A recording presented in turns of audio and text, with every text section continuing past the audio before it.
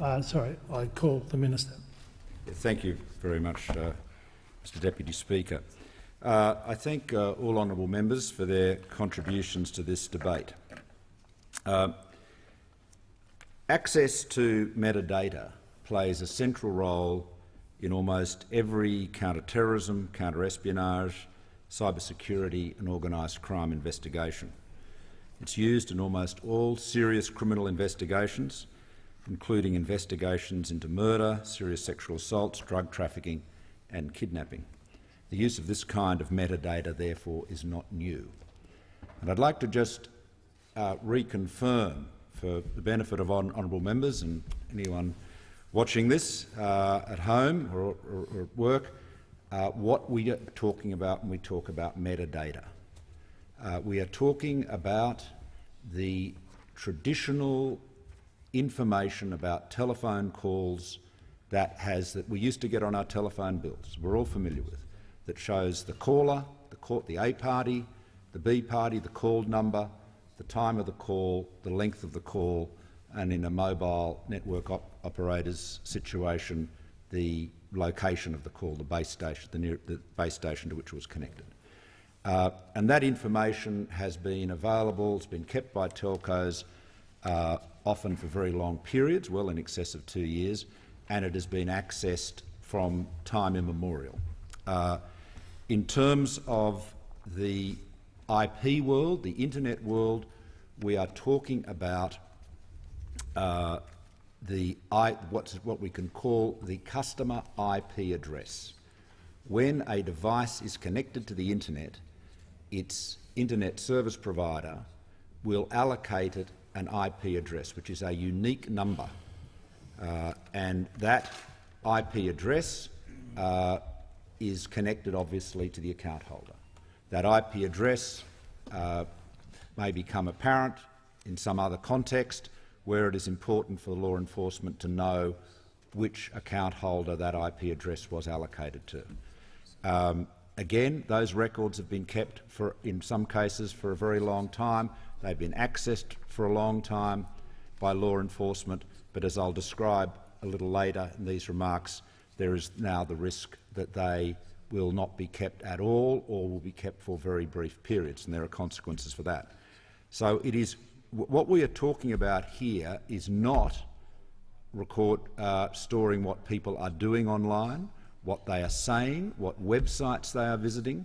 This is about retaining classes of data for 2 years that have been that are being retained now, and where there is a concern that because business practices have changed, they will not need to be retained in the future. So this is very important. This is not a question of the government requiring telcos to retain a record of what websites you visit or the content of your emails, or let alone your telephone calls and so forth. Now, the deficiency and inconsistency of current data records was highlighted in June last year when the AFP received information from Interpol about a suspect who had made a statement online that they intended to sexually assault a baby. Interpol provided IP address details belonging to an Australian carrier. As the Australian carrier only retained data, that's to say that customer IP address data, for a maximum of 7 days, no result was available. Results were available and the suspect was unable to be identified. And that example is not isolated. The police advise us they have dozens of examples. So the bill, as I said a moment ago, will establish a common industry standard for data retention practices that will assist agencies to protect the Australian public. And importantly, it will prevent the further degradation of the investigative capacities of Australia's law enforcement and national security agencies. I note that the measures in the bill have been formulated and will be further refined with the benefit of 2 bipartisan inquiries undertaken by the Parliamentary Joint Committee on Intelligence and Security. The committee's first inquiry was completed in 2013 under the chairmanship of the member for Holt, the Honourable Anthony Byrne MP. It recommended a number of reforms to Australia's national security legislation, including how a data retention scheme should be shaped, should the government of the day decide to introduce such a scheme. And this bill represents the government's response to Chapter 5 of that report. Following my introduction of the bill on the 30th of October, the Attorney-General referred it to the committee, now under the chairman of the member for Wannon, Mr Dan Tehan. The committee recommended the passage of the bill in its advisory report. The committee's support was subject to 38 recommendations. 26 of these recommendations relate to amendments to the bill or the explanatory memorandum. A further 11 recommendations relate to additional administrative measures, including additional resourcing for the committee and the Commonwealth Ombudsman and reviews. The committee also recommended the proposed 2-year retention period be retained. We accepted the recommendations of the committee and will move amendments where required to implement them. The government will be tabling a replacement explanatory memorandum elaborating on the justification for various measures in the bill in line with the committee's recommendations. I note that many honourable members have expressed their support for the implementation of the committee's recommendations, and we look forward to working constructively with members of this committee on the relevant amendments to the bill when we reach the committee stage. Now, in addition, the government has announced that it will move amendments to require a warrant to access data for the purpose of identifying a journalist's confidential source. It will also establish a public interest advocate who will have a role in respect of making submissions in respect to those warrants.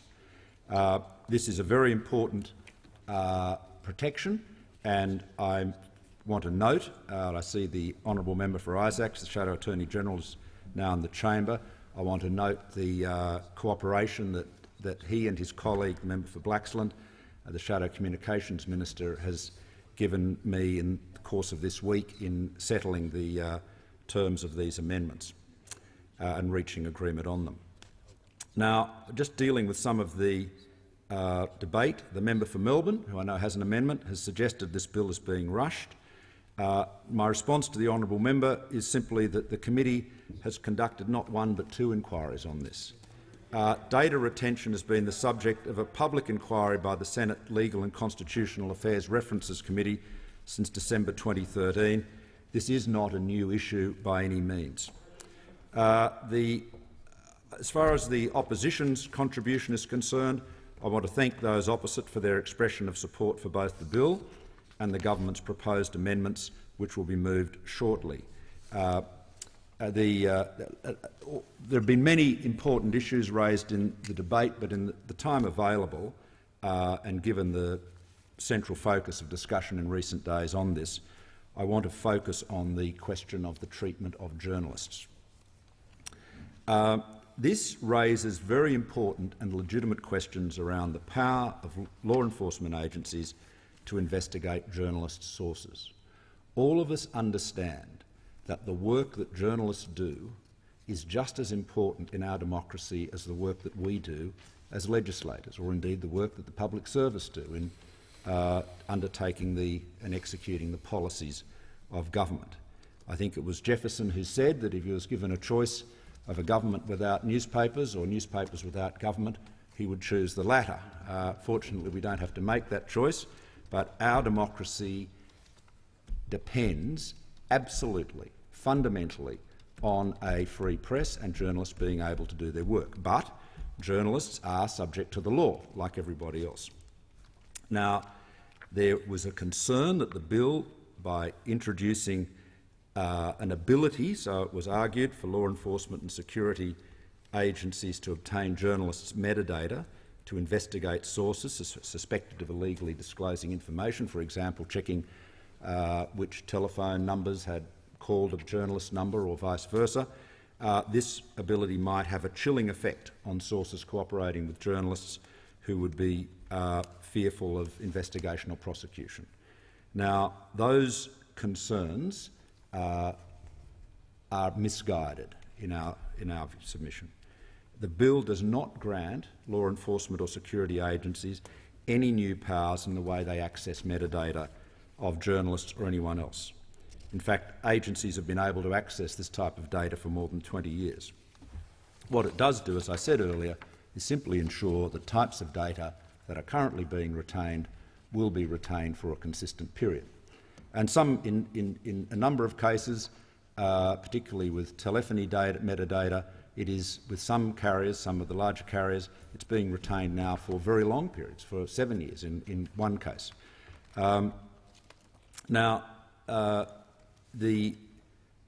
There is nothing in the bill, therefore, that should concern journalists about their right to do their job, their duty to do their job, and to deal confidentially with their sources. Obviously, journalists should take care to protect their sources. Like the Prime Minister, I'm a former journalist. Both of us have had a rake's progress. We started off as honest journalists, and here we are as politicians. So, what's next? You may think it can only get worse. But the bottom. So we understand the importance of this work. Now, what the amendments will do, what the bill does, is provide several new and strengthened safeguard and oversight measures, all of which are directly relevant to journalists and their sources.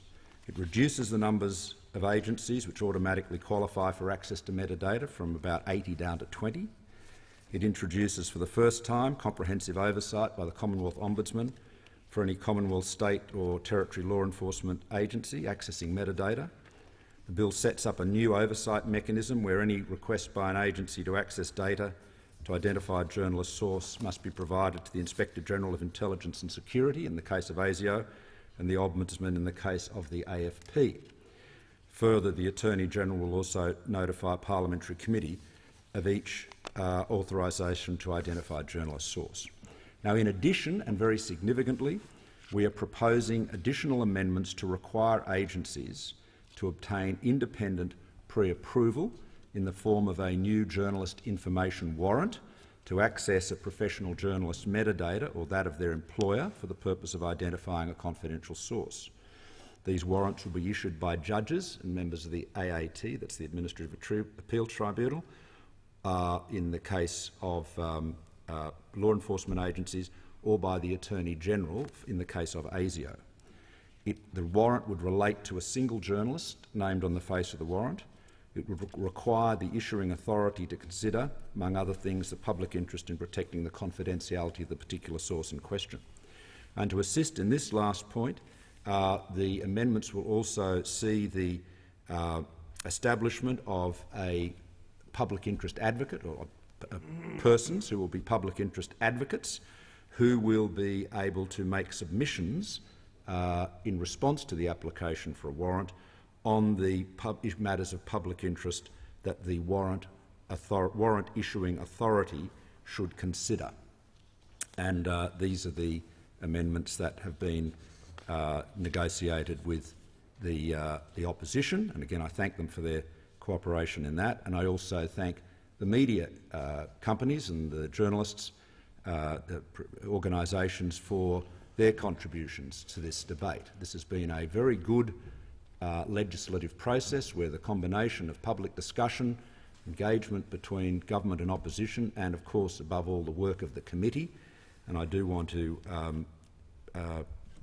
thank the committee's work under Chairman Member for Wannon and Deputy Chairman Member for Holt for their thorough, constructive and bipartisan review of the measures in the bill. The work of the committee and the constructive, thoughtful contributions of honourable members to this debate is a reflection on the very high quality of parliamentary scrutiny that's applied to Australia's national security legislation. We should always be approaching these matters of national security in a thoroughly bipartisan way, and where there are differences of opinion and differences of approach, we should be able to resolve them in the very constructive way we have here. And naturally, I want to thank my colleague, the Attorney General, and his team, both in his office and his department, for all of their hard work on this bill.